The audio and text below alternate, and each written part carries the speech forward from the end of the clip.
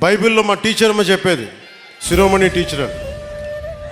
ఆవిడ క్రిస్టియన్ ధర్మాన్ని పాటించే టీచర్.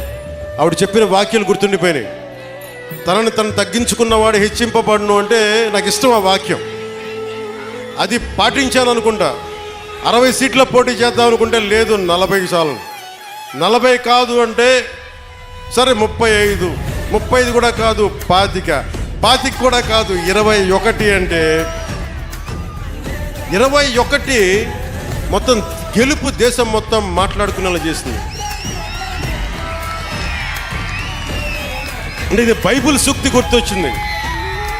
ఒక బైబిల్లో ఉన్న సూక్తి ఎంత గొప్పది అంటే, తనని తను తగ్గించుకుంటే హెచ్చింపబడతావంటే ఇంతకు మించిన సాక్ష్యం ఏం కావాలి?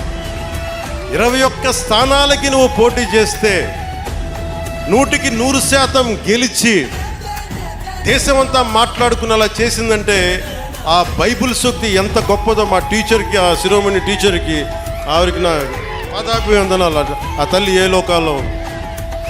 నా అన్నదమ్ములు పక్క చెల్లెళ్ళు పాటించే క్రీస్తు ధర్మానికి నేను అంతే ప్రాణం ఇస్తాను.